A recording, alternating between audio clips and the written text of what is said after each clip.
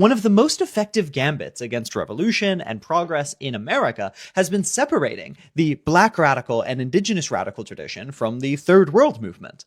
And reading Black radical work, like I am right now with Assata Shakur, it is striking and shocking for my modern ears to hear how naturally and consistently she refers to Black and Third World people, as if not only their identity, but their struggle is inherently connected.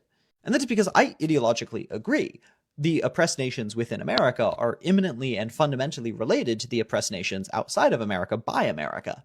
But it is something that has not only been lost in American, popular culture, but it's also something that's been directly inverted with the direct co-opting of these issues, especially by white people who speak on the behalf of these communities to say that they don't have time or are low on priorities or shouldn't be asked to care about these issues.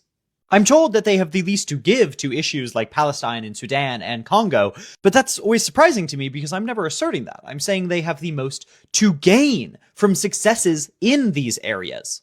And that is because those places have always been the blueprint, the training ground, and the starting point for American fascism. The IDF trained ICE, which is brutalizing Hispanic folks.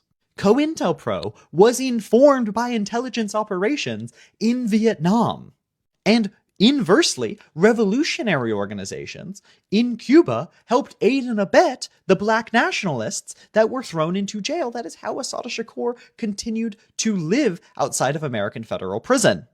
I'd like to be as clear as possible. I'm not speaking to those of the indigenous or oppressed nations in America right now who fail to center that. I will leave that within your communities to do so. What I am saying is that as white people, we must not continue perpetuating this actively harmful strategy that is aimed at maintaining the power that white supremacists have built into America. And if you are a white person who is called to remind me or other people working for radical, effective change that actually the people we're fighting for don't have time to fight for the third world, stop and think about why you believe that and why a lot of very effective revolutionaries that were very apparently threats to the American empire disagreed.